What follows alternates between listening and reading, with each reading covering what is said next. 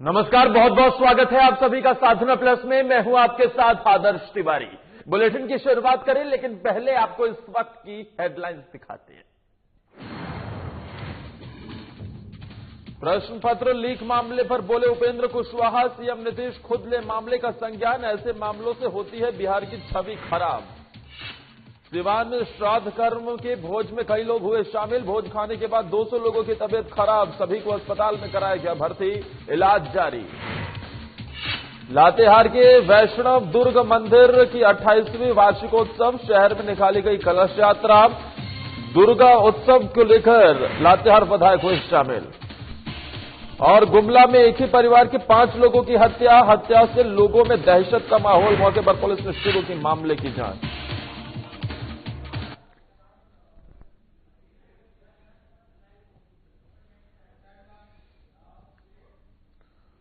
और सीधा लिए चलते हैं आपको पटना, जहां विधानसभा की कार्यवाही शुरू हो गई है। आज विधानमंडल का चौथा दिन है और अनुपूरक बजट पेश किया जा रहा है, लेकिन इस बीच प्रश्नकाल चल रहा है।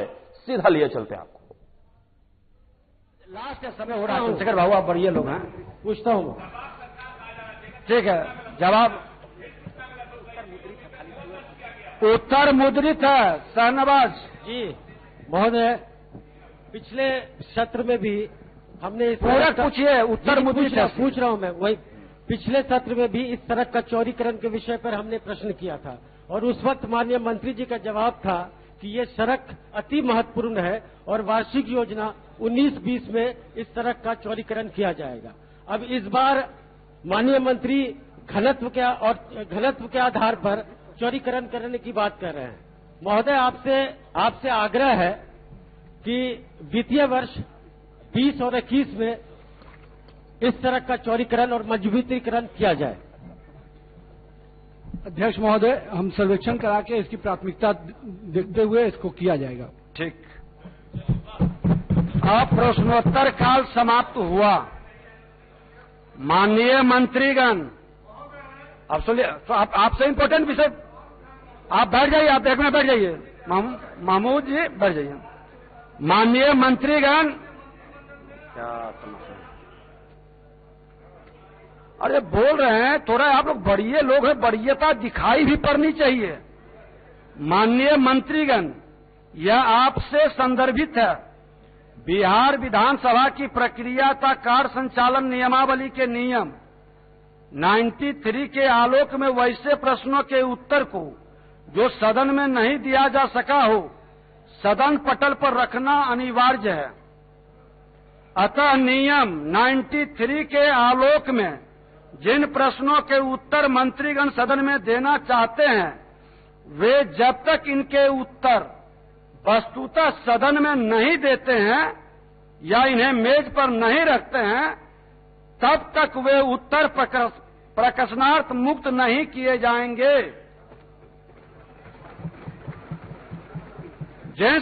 जिन प्रश्नों के उत्तर तैयार हो, उन्हें सदन पटल पर रख दिए जाएं।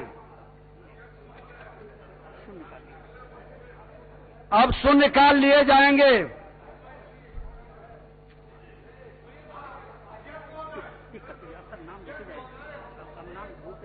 बहुत संख्या है कि वर्तमान सरकार के मंत्रिमंडल में 18 मंत्री पर आपराधिक चरित्र का इल्जाम है। वो कई अफसर प्रश्न के हैं, उसमें आप लाए, देख लेंगे हम लोग। महोदय समीर कुमार महासेठ,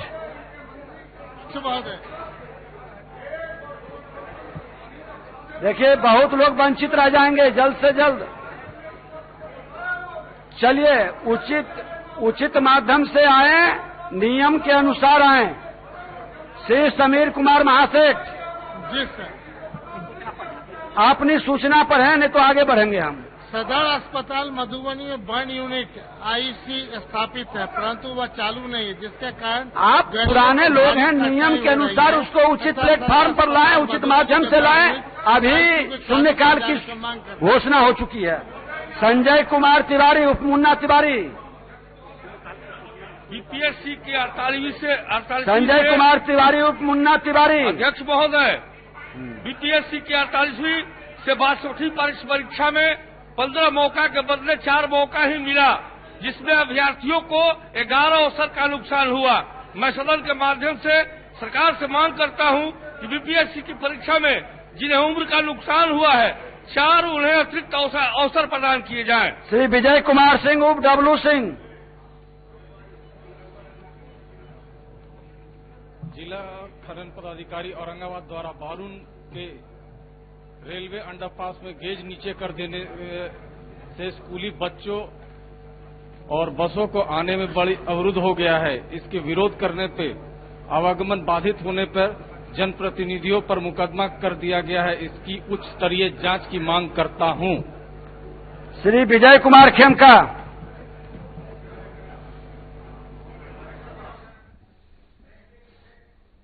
तो अब बिहार विधानमंडल की तस्वीरें देख रहे थे। प्रश्नकाल चलते हुए, प्रश्नकाल पहले चल रहा था, उसके बाद शून्यकाल की शुरुआत विधानमंडल में हो गई है। लेकिन इस बीच अब बजट को लेकर झारखंड से बड़ी खबर आ रही है, जहां झारखंड में ये बैठक हो रही है। विधानसभा स्पीकर ने बैठक बुलाई है। झारखंड विधानसभा स्पीकर ने बजट सत्र को लेकर ये बैठक बुलाई है। विधायक दल के नेता और विभागीय अधिकारी इस बैठक में शामिल होंगे। वहीं आपको बता दें कि ये बैठक दोपहर 2 बजे होनी है। विधायक दल के नेताओं के साथ ये बैठक होगी और साथ ही 26 फरवरी से 23 मार्च तक विधानसभा चलना है। इसको लेकर स्पीकर ने ये बैठक बुलाई है।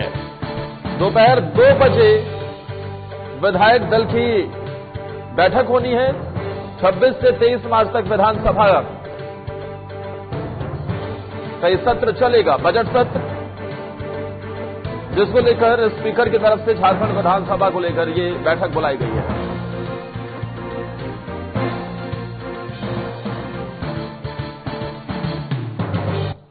और हमारे साथ इस बड़ी खबर पर ज्यादा जानकारी देने के लिए रांची से वरिष्ठ संवाददाता चंदन वर्मा फोन लाइन पर जुड़ गए हैं। चंदन, विधानसभा स्पीकर ने बैठक बुलाई है, बजट को लेकर चर्चा हो सकती है। बता दूं जी चंदन, बताइए, बजट सत्र को लेकर बैठक होनी है, विधानसभा स्पीकर ने बुलाई है।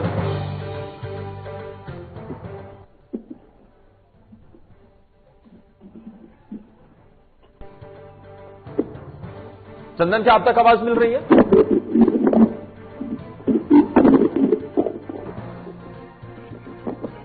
चंदन, आपकी आवाज क्लियर नहीं आ रही है। कोशिश करेंगे दोबारा आपसे संपर्क करने की, लेकिन झारखंड विधानसभा स्पीकर ने बैठक बुलाई है। बजट सत्र को लेकर ये बैठक होगी और विधायक दल के नेता और विभागीय अधिकारी बैठक में शामिल होंगे। दोपहर 2 बजे विधायक दल के नेताओं के साथ बैठक होगी। 26 फरवरी से 23 मार्च तक विधानसभा का ये बजट सत्र चलना है और इसको लेकर विधानसभा स्पीकर रविंद्रनाथ महतो की तरफ से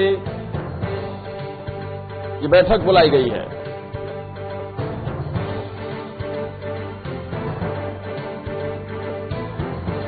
छब्बीस फरवरी से 23 मार्च तक झारखंड का ये बजट सत्र चलना है और विधानसभा स्पीकर रविंद्रनाथ महतो की तरफ से इसी को लेकर ये बैठक बुलाई गई है। चंदन जुड़ गए हमारे साथ।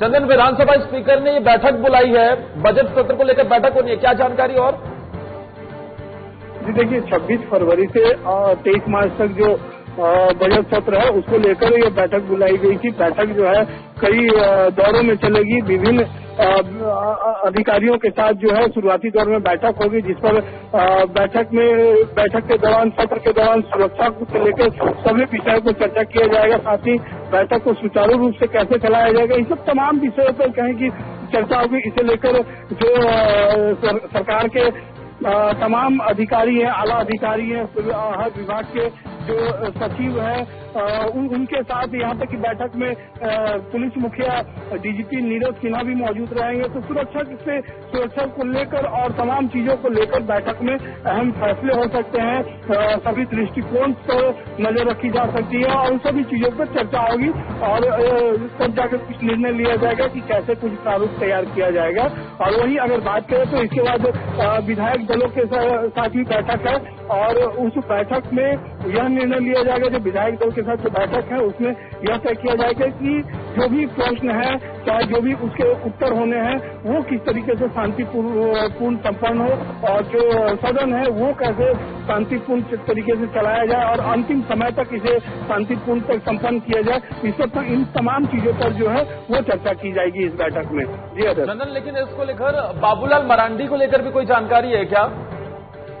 जी बिल्कुल, जिस तरीके से विधायक दल की बैठक है तो बीजेपी की तरफ से विधायक दल का जो नेता है वो बाबूलाल मरांडी ही है। भले सरकार की तरफ से अभी उनको वो विपक्षी जो नेता प्रतिपक्ष का दर्जा है वो नहीं दिया गया है, लेकिन अगर विपक्षी पार्टी की तरफ से आते हैं तो वही बाबूलाल मरांडी को ही भेजा जाएगा।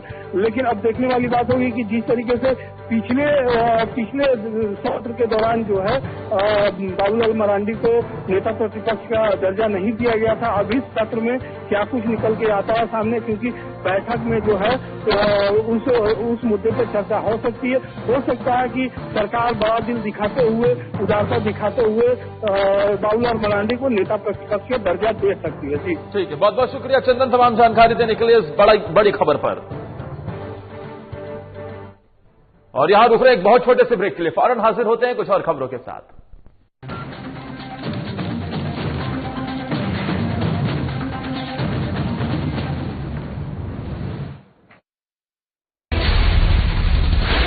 बिहार झारखंड के साथ देश दुनिया की हर बड़ी खबर देखिए फटाफट अंदाज में शाम 7:30 बजे।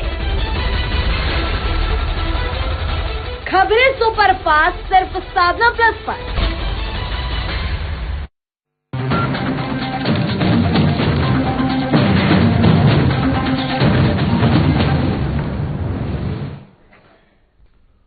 स्वागत है ब्रेक के बाद आप सभी का। पूर्व केंद्रीय मंत्री और आरएलएसपी सुप्रीमो उपेंद्र कुशवाहा रोहतास के डेहरी ऑन सोन पहुंचे, जहां पार्टी के कार्यकर्ताओं ने उनका भव्य स्वागत किया।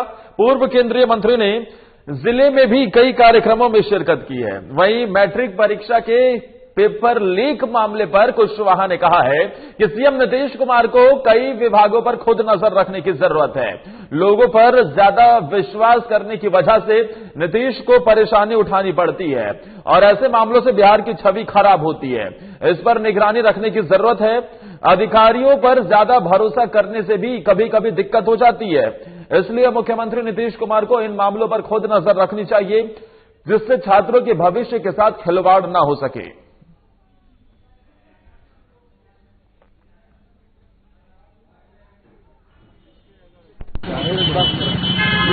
रुकना जरूरी है।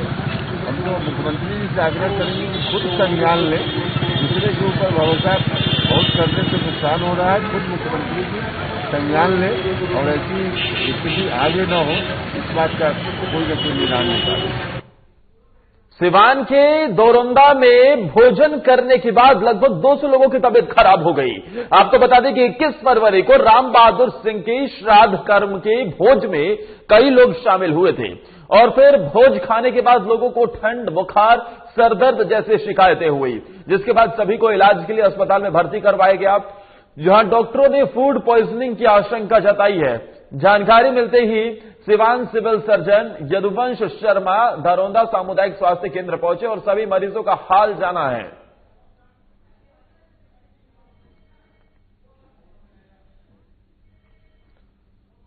और एक खबर हम आपको बता दें सिवान से, जहां पर श्राद्ध कर्म के भोज में कई लोग शामिल हुए, लेकिन इस मौके पर लगभग 200 लोगों की तबीयत खराब होती नजर आई।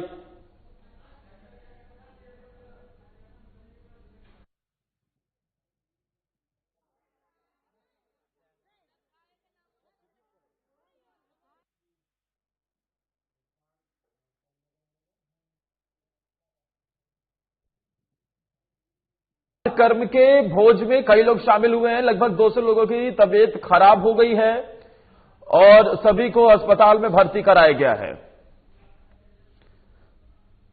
लेकिन बताया जा रहा है कि श्राद्ध कर्म में शामिल होने के लिए लोग पहुंचे हुए थे और इसके बाद तबीयत कैसे खराब हुई, ये बड़ा सवाल है। डॉक्टरों की तरफ से फूड पॉइजनिंग की आशंका जताई जा रही है, लेकिन इस पूरे मामले पर क्या अपडेट है, क्या जानकारी और आगे प्रशासन की तरफ से जुटाई जा चुकी है, और साथ ही कैसे एकाएक 200 लोगों की तबीयत खराब हो गई, इतनी बड़ी लापरवाही कैसे हो गई, इन सभी सवालों का जवाब जानने के लिए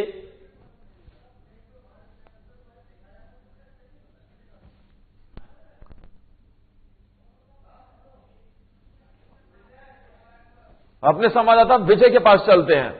विजय, फिलहाल क्या जानकारी मिल रही है, क्या पता चल पाया कि आखिर इन 200 लोगों की तबीयत कैसे खराब हुई, जो डॉक्टर्स आशंका जता रहे हैं फूड पॉइजनिंग, क्या पुष्टि हो पाई है उसकी? कि जैसा कि ये सारे लोग श्राद्ध कर्म में गए हुए थे, इसके बाद से ये लोग 7 लोग बीमार पड़ गए, करीब 200 लोग बीमार है।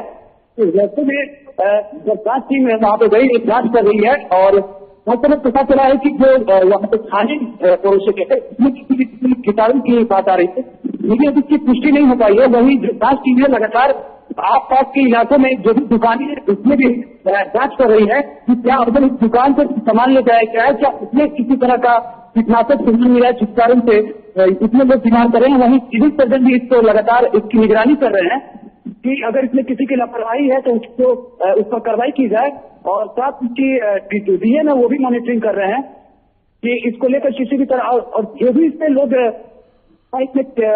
किसी की भी अभी हताहत की खबर नहीं है, सभी लोग सुरक्षित है। फिलहाल अभी इन 200 लोगों की लगभग जो 200 लोग बताए जा रहे हैं, क्या आंकड़ा स्पष्ट है, और अगर ये 200 लोग हैं तो इनकी हालत फिलहाल कैसे बताई जा रही है? करीब 200 लोग बताए जा रहे हैं, लेकिन अभी इसकी पुष्टि नहीं हो पाई है कितने लोगों, क्योंकि कुछ लोगों का प्राइवेट हॉस्पिटल में इलाज चल रहा है और कुछ लोगों का सरकारी हॉस्पिटल में इलाज चल रहा है, जिस वजह से अभी उसकी पुष्टि नहीं हो पा रही है कि आखिर कितना तक जा सकता है। इस भोज कार्यक्रम में शामिल होने के बाद किस तरीके की परेशानी इन लोगों को होती नजर आई? इन लोगों को बुखार, सर दर्द और उल्टी जैसी जो स्थिति होने लगी, जिसके बाद से सारे लोग परेशान हो गए और आसपास के अस्पतालों में जाने लगे। और लेकिन सबसे बड़ी लापरवाही थी कि हॉस्पिटल में जो कुछ इंतजाम होने चाहिए थे वो इंतजाम वहां पे नहीं दिखे थे, जिससे कि जो वहां के लोग हैं, जो मरीज हैं, वो काफी परेशान दिख रहे थे वहां पे।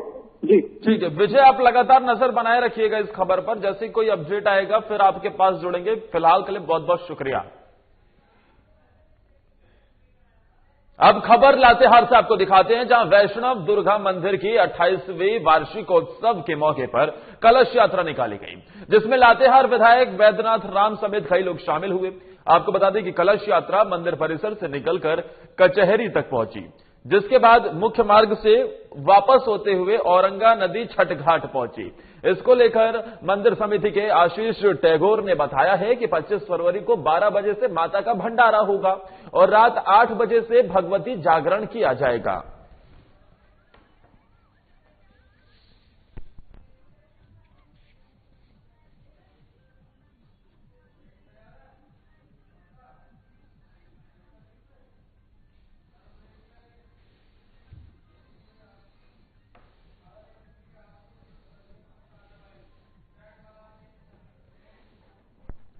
और इस बीच आरा से बड़ी खबर आ रही है, जहां अवैध वसूली को लेकर पुलिस कर्मियों पर कार्रवाई हुई है।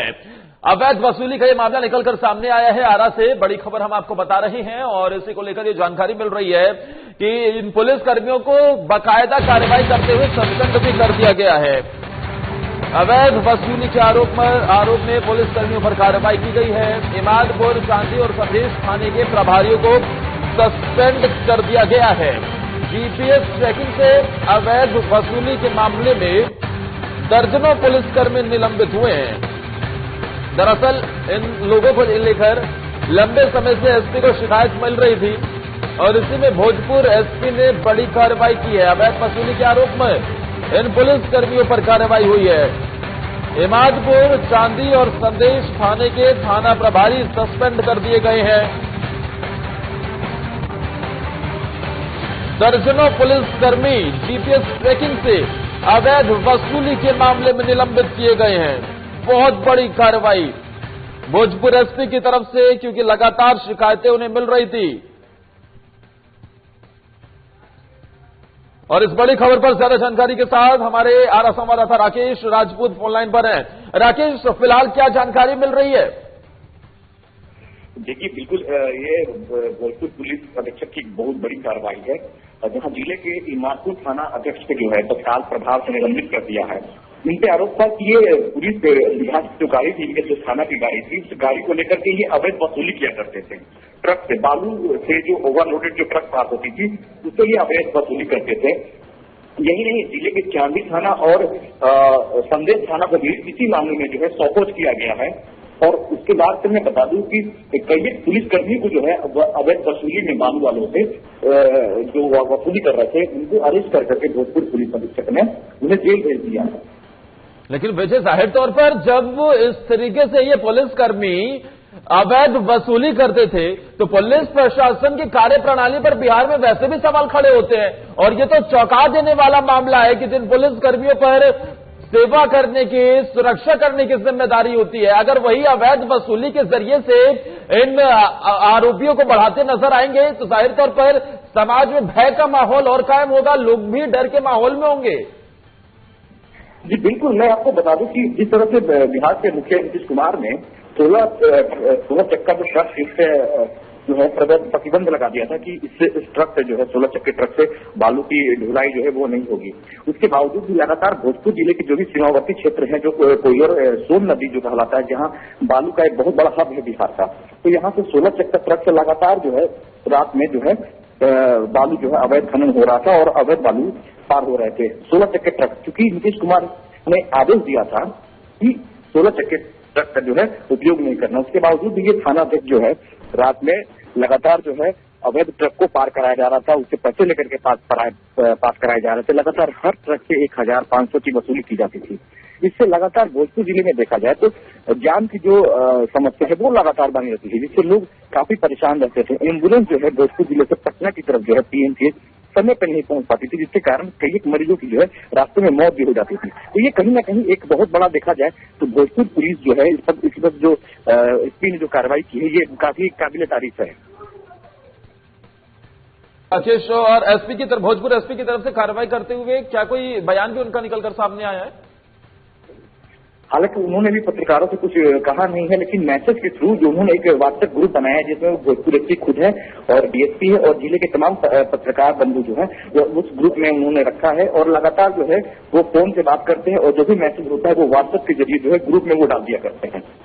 लेकिन ये इस तरीके की शिकायतें इनके लोगों के खिलाफ लगभग दर्जन पुलिसकर्मी बताए जा रहे हैं, लंबे समय से मिल रही थी। देखिए, लगातार जो है ना इस तरह की जो मामलाएं हैं वो लगातार सामने आती थी। कई एक पुलिसकर्मी को, इसके पहले भी कई एक पुलिसकर्मी को जो है वो जेल भेज दिया गया है। इसमें लगातार जो जैसे कि भोजपुर और पटना का जो इलाका है, कोइलवर इलाका है, वो सोन नदी है और वहाँ जो है चांदी थाना, कोइलवर थाना, संदेश थाना, सहार थाना, इस तरह की जो थानाएं जो है वो यहाँ पे सोन नदी के किनारे स्थित है। और लगातार इन थानाओं में जो है लगातार जो वो ट्रक वसूली का जो मामला है वो किया जा रहा था। लेकिन जीपीएस हर पुलिस के जो थाना एसएचओ जो है उनके गाड़ी में जीपीएस लगा दिया गया है, जिससे वो ट्रैकिंग कर रहे थे। भोजपुर एसपी जो है वो गाड़ी को ट्रैकिंग कर रहे थे, लेकिन ट्रैकिंग में ये पाया गया है कि भोजपुर पुलिस के जो एसएचओ थे, उनके जो एएसआई थे और पुलिसकर्मी जो थे वो लगातार जो है ट्रकों से जो है वसूली कर रहे थे रातों में। ठीक है, बहुत बहुत शुक्रिया राकेश, आपका तमाम जानकारी देने के लिए। अब खबर गुमला के कामडारा से है, जहां एक ही परिवार के 5 लोगों की निर्मम हत्या कर दी गई, जिससे इलाके में दहशत का माहौल बना हुआ है। जानकारी के मुताबिक आपसी विवाद में इस घटना को अंजाम दिया गया। वही घटना की सूचना पर एसपी, एसडीपीओ सहित अन्य अधिकारी पहुंचे और मामले की जांच शुरू की।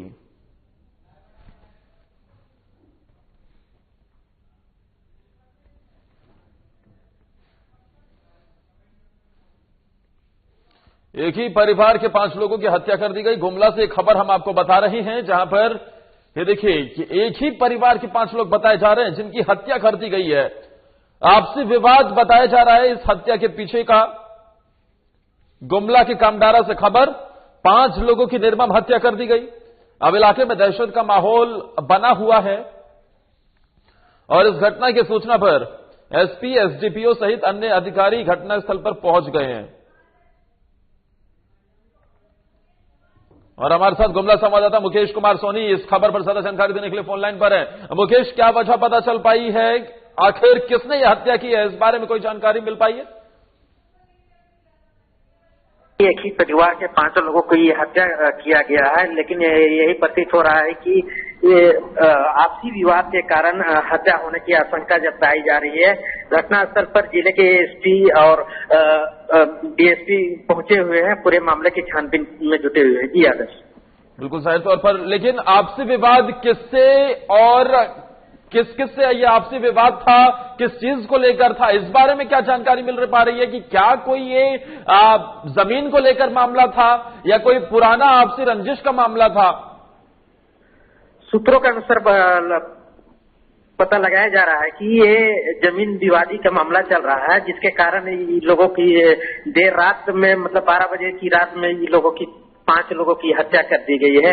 इसे स्पष्ट साबित होता है कि आपसी रंजिश हो या जमीन विवाद में ही हत्या किया गया है। यानी मुकेश, पूरा परिवार ही उजाड़ दिया गया। आरोपियों को क्या पता चल पाया है? अभी पूरे मामले पर जिले के एसपी हरदीप जनार्दन पूरे मामले की छानबीन कर रहे हैं और जल्द ही इसकी गिरफ्तारी के लिए दावा किए हैं और 24 घंटा में इसको पर्दाफाश करने की बात कही है। जी आदर्श, इस परिवार में क्या कोई भी शख्स, कोई भी व्यक्ति, कोई भी बच्चा जिंदा नहीं बचा मुकेश? सबको मौत के घाट उतार दिया गया?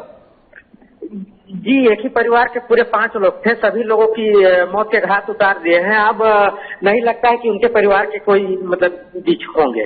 कैसे, क्या ये जानकारी मिल पाई है कि कैसे इनकी हत्या की गई है? क्या योजना बनाई गई, क्या जहर देकर, या फिर क्या जानकारी मिल पा रही है? हत्या कैसे की गई है? हत्यारों ने आधी रात को 12 बजे की रात को मतलब कुल्हाड़ी लेकर आए और दरवाजा खुलवाए। दरवाजा खुलने के बाद में पूरे परिवार को एक साथ ही हमला किया गया है और जिससे ही लोगों की मौत हो गई। बेहद बर्बरपूर्ण तरीके से हत्या की गई है मुकेश। तो जाहिर तौर पर क्या आसपास के इलाके के लोगों में भी ना कोई चीख पुकार की आवाज सुनाई दी? क्या किसी की हिम्मत नहीं हुई कि वहां जाके किसी को बचाया जा सके? जिस तरह से मतलब आधी रात को हत्या किया गया है, हल्का शोरगुल सुनाने के बावजूद भी मतलब लोग अगल बगल के नहीं निकल पाए हैं, जिससे मतलब गांव वालों को सुबह पता चला कि एक ही परिवार के लोग 5 लोगों की हत्या हुई है।